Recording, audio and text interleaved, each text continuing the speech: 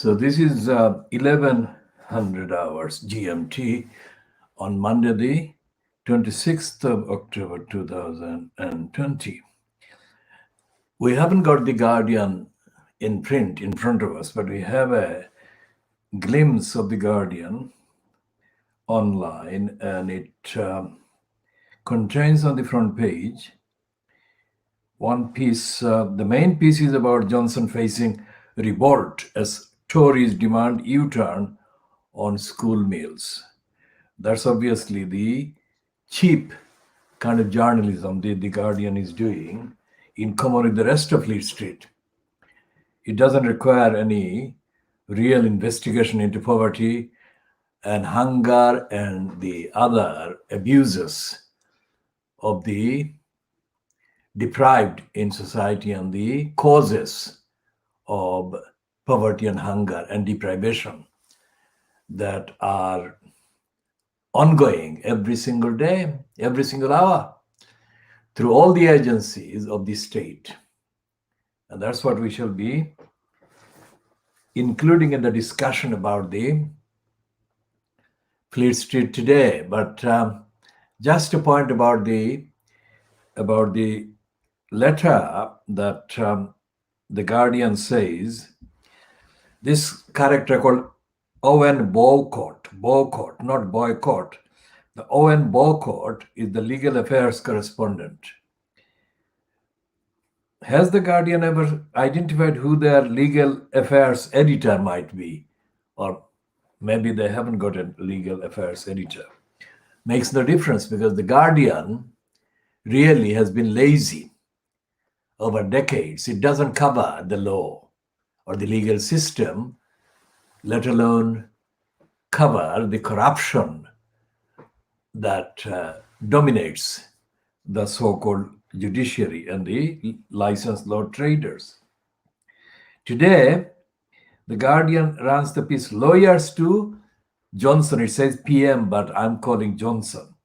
You are putting us at risk. Now, this is supposedly about more than 800 former judges and senior legal figures have said in a letter sent to the Guardian that the Prime Minister and the Home Secretary are endangering the personal safety of lawyers through their abusive attacks on the profession and should apologize.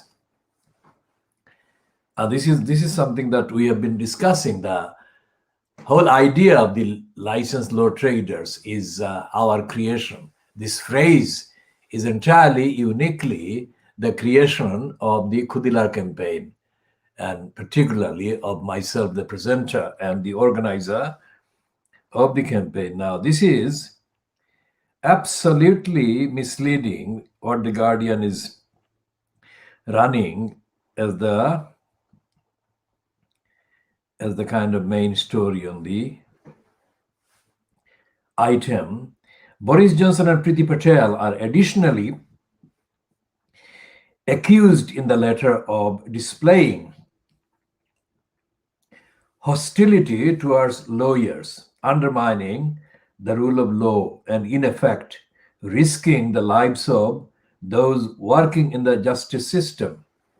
Before going on to the other papers which we have got copies of, let's say that the assertion in that paragraph or those paragraphs are totally misleading. They're not untrue or untruthful, but they're misleading because they don't actually contain any acknowledgement of the fact that millions of people over the decades who have had to kind of go to lawyers, licensed law traders, expecting their rights and their needs and their kind of livelihoods and their lives to be protected and safeguarded by the legal system and the due process. That phrase is there in the paragraph.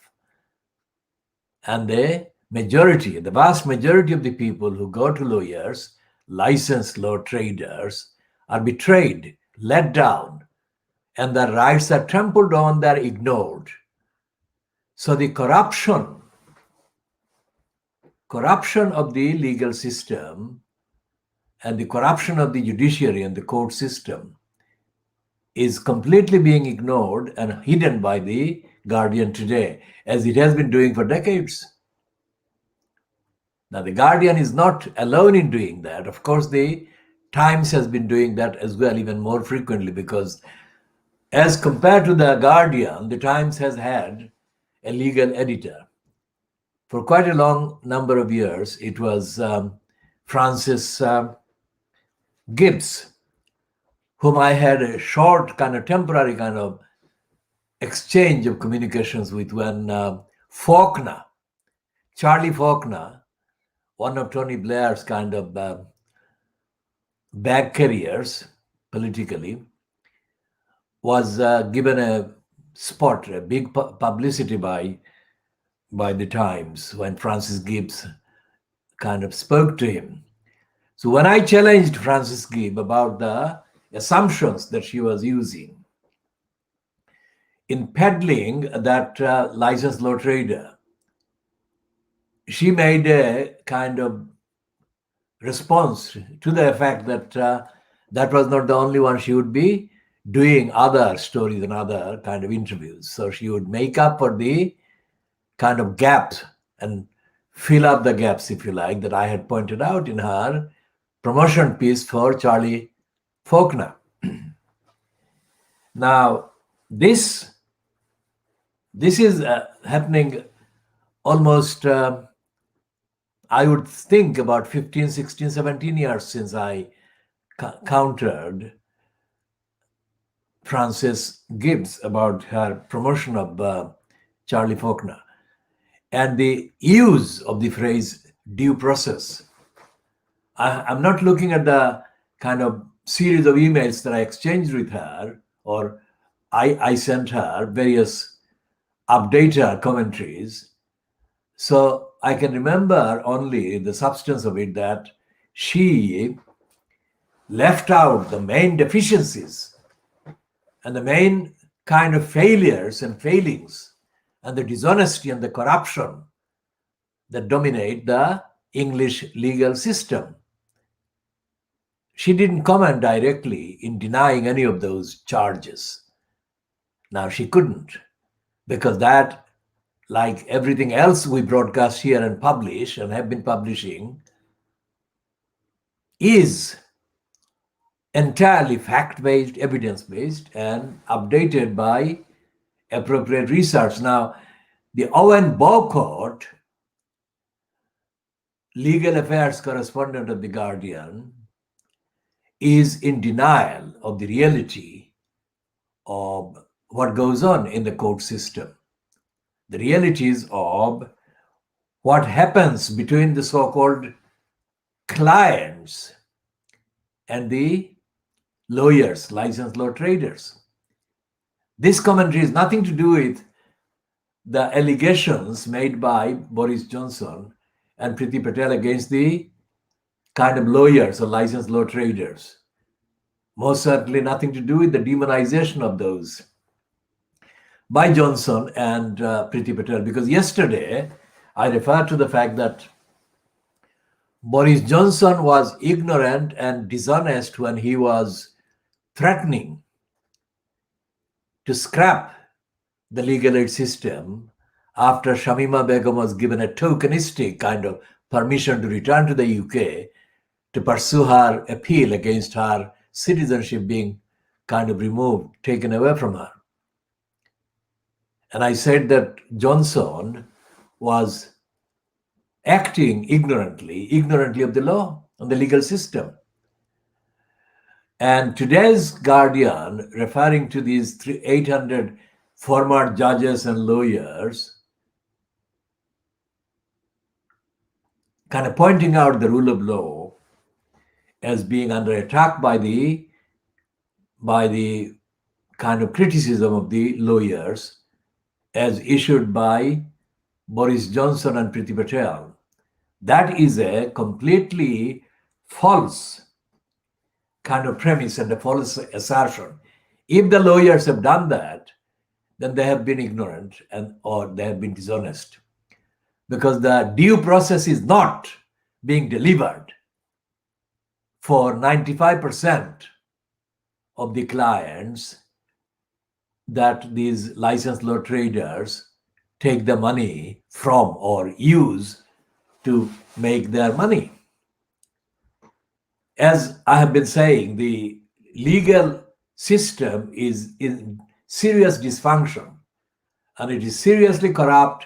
And in the context of the campaign against racism, it is seriously, deeply racist, and it is populated by people, whether licensed law trader barristers or licensed law trader solicitors or licensed law trader legal executives or so-called paralegals.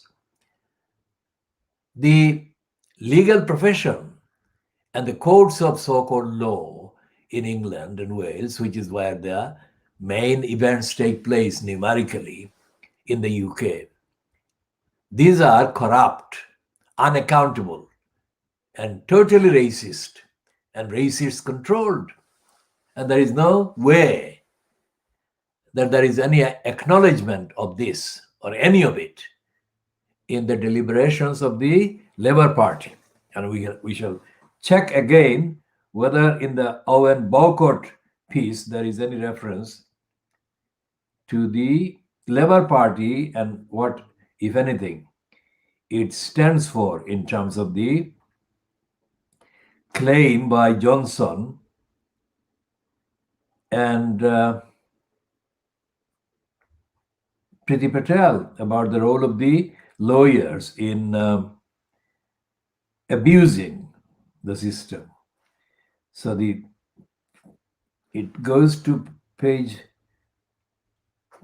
15, isn't it? So they are asking, the lawyers are asking for Johnson and Patel to apologize to them. That's the headline on the page, continuing page 15 or 16. And it says that, no, it's page 15. It's continued from page 1. And the headline on the continuing piece is Lawyers Call for Apology from Johnson and Patel. The Conservative Party conference, Patel broadened her target, claiming that among those defending the indefensible and broken immigration appeal system were do-gooders, lefty lawyers, the Labour Party.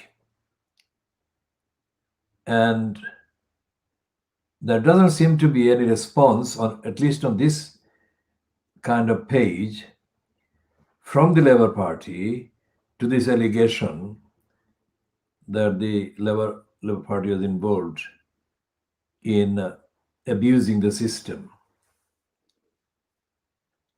And the Guardian says that a former Director of Public Prosecutions, Lord MacDonald QC, said, "The Home Secretary may not grasp the indecency of her language, but the Prime Minister should know better." Now, that is a pointed kind of comment about Priti Patel's stupidity or ignorance or lack of knowledge, whatever MacDonald is meaning to say there. Now, this MacDonald is the one that keeps popping up from time to time during disputes about various issues. And what he has said there about Priti Patel, now we are not in any way, shape or form supporters of Priti Patel's conduct. But I think there she has been targeted in comparison with Boris Johnson and his knowledge. I think she is being kind of targeted by MacDonald, who is insulting her.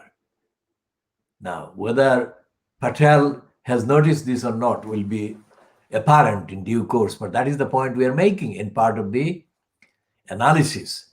Now, the Guardian has never, in the decades that I have been studying it, the Guardian has never been reliable on anything. It is always kind of incomplete, incoherent, and completely kind of unreliable and misleading. Even when the basic kind of narrative and the agenda and the commentary, it acknowledges sometimes by mistake, are things that I have agreed with for evidential reasons. The contents and the details and the behavior of the Guardian have left a lot to be desired in terms of reporting truthfully and competently and fairly. We shall come back to that issue about the law and the due process later. Let's look at the Times. What is the Times saying? The Times is saying that Johnson is backtracking on the kind of school meals. And the headline is a disguised headline. More cash for poorest as Prime Minister seeks end to school meals row. Now, this is again a completely wrong thing to do. Because more cash for poorest is doubly misleading and false. For a start, there would not be any targeted kind of action institutionally through the court system, through the legal process to end the creation and the causing of poverty. There is nothing addressing the poverty, a big chunk of it, a big part of poverty, recurrent poverty, daily poverty is caused by lack and loss and robbery of housing rights. Again, we shall be updating on those kind of words and phrases I have just uttered later today or in this program. Because none of the licensed law traders that the Guardian is kind of promoting today has lost their livelihoods or their housing or any of the projects that they were doing. It says generally that their safety, personal safety, is being kind of exposed to danger and attack by the demonizing propaganda that Johnson and Priti Patel are issuing against lawyers generally. But it hasn't named, the Guardian hasn't named a single licensed law trader or ex-judge that has lost their home even once as a result of attacks on the licensed law traders. Now, our campaign is done, as it has been done for decades, by using no resource from the public sector and no resource from any donor, because we have been campaigning without any donation, without any public kind of funding.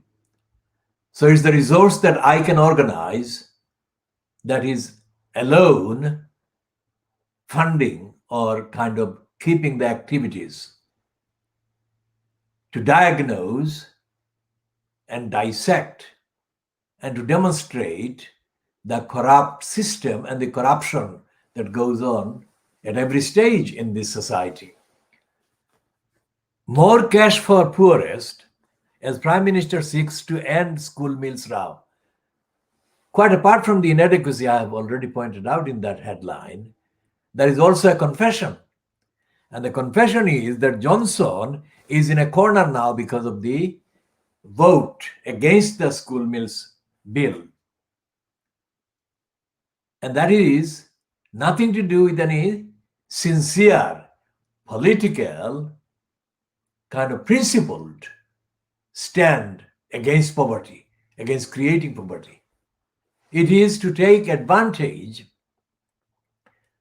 of office and to abuse some more money and stage some kind of funding of the poorest and get the headlines and hope to avoid the massive outrage that is now sweeping the country against the conservatives' cruelty, against poor children and people in poverty. There has to be systemic end to poverty. There has to be institutional, individual, and parliamentary and judicial campaign to end poverty. And if there is such a campaign, which there never has been in this country, then all the prejudices and hostility and bias and racism that imperil and threaten the lives of the people pushed into poverty will have to be ended. First, you cannot be prejudiced and fair to the person at the same time. You cannot be prejudiced against a person and be fair to them at the same time. Impossible. It's a contradiction, basic contradiction, which is what dominates the agenda, the narrative in this country. So what we have to do is to look at the complete, essential kind of totality of the system. And then we can see what detailed steps need to be taken at every stage to deal with poverty. First of all, they have to recognize that poverty exists. They have to recognize at the same time that poverty is a complete violation of human rights. And then start from there. And they have to create an accountable system where due process can begin to be introduced.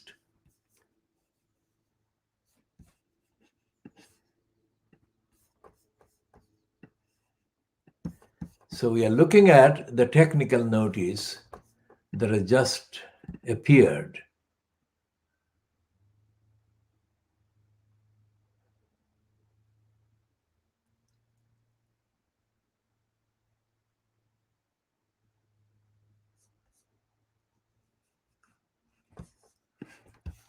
And we have got a notice from the technical people that there is a kind of connection issue with Facebook.